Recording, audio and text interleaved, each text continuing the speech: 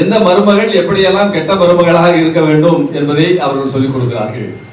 எந்த மாமியார் மருமகளை கொல்ல வேண்டும் என்பதை அழகாக சொல்லிக் கொடுக்கிறார்கள்.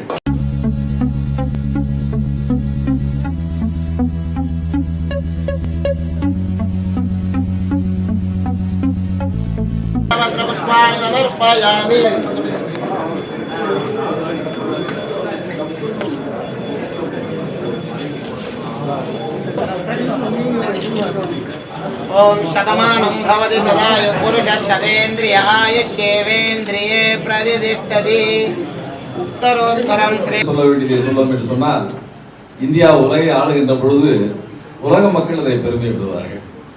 சின்ன திரையிலே நாம் தினந்தோறும் பார்க்கின்ற, நான் அதிகமாக பார்ப்பதில்லை, மனைவி பார்க்கிறார், தினந்தோறும் திட்டு வாங்குவாள்.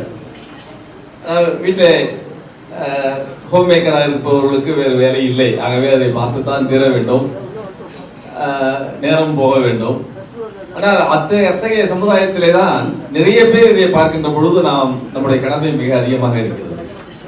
என்னை பொறுத்தவரை நான் கிரிமினாலஜி படித்தவன், சட்டத்திலே கிரிமினாலஜி படித்தவன், டாக்டரேட் எப்படி தண்டனை கொடுப்பது என்பதிலே நான் டாக்டரேட் வாங்கியவன். கொலை தண்டனைக்கு ஒரு கருப்பு இன நீதிபதி இருந்தான் என்று சொன்னால், வெள்ளை இனத்தை சேர்ந்த ஒருவன் குற்றவாளியாக இருந்தால் அவனுக்கு அதிகபட்ச தண்டனை அவன் கொடுப்பான். அதே போல் வெள்ளை இனத்தை சேர்ந்த நீதிபதி அங்கே இருந்தால், இது உலக அளவில் நடப்பது, அமெரிக்காவில் இருந்தாலும் இது இந்தியாவிலே நடக்குது. வெள்ளை இனத்தை சேர்ந்த நீதிபதி இருந்தால் கருப்பிடத்தை சேர்ந்தவன் தவறு செய்தால் அதற்கு மேக்சிமம் தண்டனை கொடுப்பான். இதுதான் உலகத்தில் நடக்கிறது. அந்த கிரிமினாலஜிலே நாங்கள் ஒரு சப்ஜெக்ட் படிப்போம், criminals are not born and they are made by the society என்று சொல்லுவோம். கிரிமினல்ஸ் தவறு செய்பவர்கள் தவறு செய்பவர்களாக பிறப்பதில்லை, இந்த சமுதாயம் அவர்களை தவறு செய்பவர்களாக மாற்றுகிறது. இந்த 20வது நூற்றாண்டில் தவறு செய்வதற்கு தூண்டுவது இந்த சின்னத்திரை. நீங்கள் தொடர்ந்து பாருங்கள், நீங்க டைரக்டரா இருக்கிறீங்க, அதெல்லாம் அதுக்காக சொல்றேன். தொடர்ந்து பாருங்கள், எந்த மருமகள் எப்படியெல்லாம் கெட்ட மருமகளாக இருக்க வேண்டும் என்பதை அவர்கள் சொல்லிக் கொடுக்கிறார்கள். எந்த மாமியார் மருமகளை கொல்ல வேண்டும் என்பதை அழகாக சொல்லிக் கொடுக்கிறார்கள். கிரிமினாலஜிலே ஒரு சப்ஜெக்ட் உண்டு, 18 வயதிலிருந்து 20 வயதுக்குள்ளே இருக்கிற மனிதனுக்கு தான் அது நல்லவனாக மாறுகிறானா கெட்டவனாக மாறுகிறானா என்ற ஒரு காலகட்டமாக இருக்கும். அடாலசன் பீரியட் என்று சொல்லுவோம். அந்த டைம்ல அவனுக்கு நம்ம சொல்லிக் கொடுப்பது அவன் மூளையில் ஏறும். நல்லதை அவனுக்கு சொன்னால் நல்லவனாக இருப்பான், கெட்டதை சொன்னால் தீயவனாக மாறுவான். இதுதான் சொசைட்டி மேக்ஸ் கிரிமினல்ஸ் என்பது. ஆகவே அந்த அளவிலே இத்தகைய சமுதாயத்தில், இப்படி ஒரு சென்சிட்டிவான ஒரு சமுதாயத்தில் எப்படி கெட்டவளாக வாழ வேண்டும் என்று சொல்லுவோம் என்று சொன்னால், அது போனதிலே பேசும்போது நம்ம ஒரு டைரக்டர் சொன்னார், நீங்க முழுமையாக அந்த கதையை பார்க்க வேண்டும், கடைசியிலே கெட்டவனுக்கு நாங்கள் தண்டனை கொடுப்போம் என்று சொல்கிறார். இது 2-3 வருஷம் சொல்லி கெட்டதையெல்லாம் செய்து கடைசியில எல்லாரும் சாக போறவங்க தானே, நானும் சாக போறோம், நீ எல்லாரும் சாக போறவர்கள் தான், இறைவன் படைத்த பிறவிலே கடைசியில எல்லாம் சாக போறவங்க தான். அதனால கடைசியில அவன் நல்லவனாக அவனை கொடுமைப்படுத்துவது தவறு.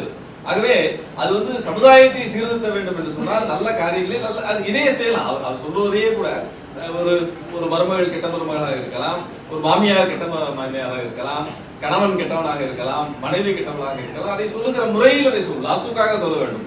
அந்த காலத்திலே சினிமா எடுத்தவர்கள் அப்படித்தான் சொன்னார்கள். நாங்கள் பார்த்தவரை சிவாஜி கணேசன் எம்ஜிஆர் வரை அந்த அந்த இது இருந்தது. அதுக்கு பிறகு வாழ்க்கை கொச்சைப்படுத்தப்பட்டு விட்டதோ என்று ஒரு எண்ணம் வருகிறது. ஆகவே இந்த சமுதாய மாற்றத்துக்கு ஏற்றபடி நீங்கள் இந்த சமுதாயத்திற்காக செய்ய வேண்டும் என்று உங்களை நான் வேண்டிக் கொள்கிறேன். என்று சொன்னால் சமுதாயம் இல்லை என்று சொன்னால் நாம் இல்லை, சமுதாயம் இல்லை என்று சொன்னால் சினிமா இல்லை. இந்த இளைஞர் சமுதாயம் நல்ல முறையிலே வளரவில்லை என்று சொன்னால் இந்தியா என்ற திருநாடு இல்லை. இந்தியா என்ற திருநாடு இல்லை என்று சொன்னால் உலக மக்களுக்கு வாழ்க்கை இல்லை என்ற அளவிற்கு இந்த நூற்றாண்டு போய் கொண்டிருக்கிறது.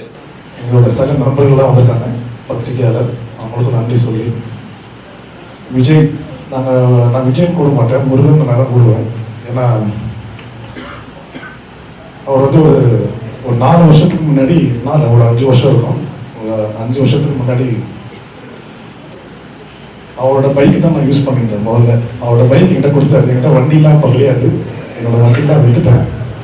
அவரோட வண்டியை கொடுத்து நீங்கள் வச்சுக்கணும் பிரதர் அப்படின்னு சொல்லி முதல்ல ஆரம்பிச்ச நட்பு அது. 2வது எனக்கு ஒரு ஆஃபீஸ் வேணும்னு கேட்டேன், அவர் ஆஃபீஸ் பார்த்து கொடுத்தாரு. அந்த ஆஃபீஸ்க்கு அந்த பில்டிங்கே வாங்கிட்டேன் சொந்தமாக. அவரோட படத்துக்கு தான் முதல்ல நான் மியூசிக் போட்டேன்.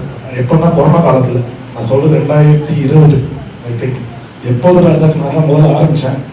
அப்புறம் முடியாமல் போயிடுச்சு. அதுக்கப்புறம் என்னோட மற்ற விஷயங்கள்லாம் கொஞ்சம் பிஸியாக இருந்ததுனால பண்ண முடியாததுக்காக நான் இங்கே வருத்தப்படுறேன். அதனால் முதல்ல இந்த கொரோனா டைமில் மக்களுக்கு உதவி செய்யணும்னு சொல்லி நானும் அவர் தான் ஆரம்பித்தோம் கேட்க நகரில். கிட்டத்தட்ட ஒரு 50 பேருக்கு உணவும் அங்கே பக்கத்தில் இருக்கிற போலீஸ் ஸ்டேஷனுக்கு அந்த க்ளவுஸு தேவையான மெடிக்கல்ஸ் எல்லாம் கொடுக்க ஆரம்பிச்சோம். நானும் அவர் தான் ஆரம்பித்தோம். அப்படி படிப்படியாக வந்து இந்த கொரோனா காலகட்டத்தில் நாங்கள் ஒரு ட்ரஸ்ட் ஆரம்பித்து கிட்டத்தட்ட தமிழ்நாடு முழுக்க 17,000 பேருக்கு நாங்கள் எங்கள் ட்ரஸ்ட் ஹெல்ப் பண்ணோம். அதில் நம்ம கூட வந்து ஒர்க் பண்ண இருக்கார், விஸ்வான் இருக்கார், பத்திரிகையாளர் தான். இப்போ அவர் பிஆர் இருக்கார், வீடியோ போட்டிருக்காரு. என்னோட முதல் படத்தோட இபி அவர் தான். அதனால் சரி நம்பர்லாம் வந்து பார்க்க சந்தோஷமாக இருக்குது. அதில் ஆரம்பித்த ஒரு சென்டிமெண்ட் சொல்லலாம் நம்ம முருகன். ரொம்ப ரொம்ப சென்டிமெண்ட். அவர் ஆரம்பித்த அத்தனை விஷயமே எனக்கு நான் ஜெயிச்சிருக்கேன். அதனால் அவரும் கண்டிப்பாக ஜெயிப்பார். ஏன்னா ஓடிக்கிட்டு இருக்காரு. ஆனால் மேற்கொண்டு அவர் என்ன சொல்கிறது, அடுத்த படத்துக்கு நான் மியூசிக் செலவு இல்லாமல் நான் மியூசிக் ஃப்ரீயாக பண்ணி தரேன் உங்கள் வாக்கு கொடுக்குறேன். ஏன்னா நான் ப்ரொடியூசர் ஆகும்னு எதிர்பார்க்கல. என்னோட ஃபேமிலி ஆரம்பிச்சாங்க, ப்ரொடியூஸ் பண்ண ஆரம்பிச்சாங்க. ஃபர்ஸ்ட் எல்லாருக்கும் தெரியும், யோகி பாபு வச்சு லோக்கல் சர்க்கிள் பண்ணோம். ரெண்டாவது கடைசி தோட்டா ராதாரவி சார் மற்றும் வனிதா விஜயகுமார் அவங்க சொல்லிட்டு ஒரு காம்போ மர்டர் மிஸ்டேக் பண்ணும்போது அது 10 மாதம் ரிலீஸ் ஆகுது. அடுத்தது நவம்பரில் பேன் சவுத் இந்தியா எல்லாம் எல்லா ஒரு விதமாக பேன் இந்தியா மூவியாக அவங்க ரெடி பண்ணுறோம் நவம்பரில். இதெல்லாம் ஒரு பேஸ் ஆரம்பித்து வச்சது நான் ஒரு அந்தளவுக்கு வரணும்னு சொன்னதாக நம்புறேன். நான் வாங்க இந்த நேரத்தில் உங்களுக்கு நன்றி சொல்லி அவரோட வணக்கத்தையும் சொல்லி அவரோட ஆசீர்வாதத்தையும் பெரியவர். இந்த அளவுக்கு என்ன சொன்னால் அவர் கை காமிச்சு இடத்துல நான் வாங்கிட்டேன். இடத்த சென்டிமெண்ட்டாக அவர் பில்டிங், இந்த பில்டிங் இருந்தாரு, அந்த பில்டிங்கை வாங்கிட்டேன். ஆனால் இந்த வீட்டில் வாடகை இருந்தாரு, அந்த வாடகை வீட்டையும் வாங்கிட்டேன். அதனால் அவருக்கு நன்றி சொல்றது எப்படின்னு தெரியல. அதனால் என்னோட வணக்கத்தையும் எங்கள் வீட்டு அந்த குடும்பத்தாருக்கும் சேர்ந்து அவருக்கு நன்றி சொல்கிறேன். எங்கள் வீட்டில் வரையினாங்க கொஞ்சம் முடியாத பட்சம். அதனால் அவர் என்றென்றும் ஜெயிச்சு வாழணும்னு சொல்லி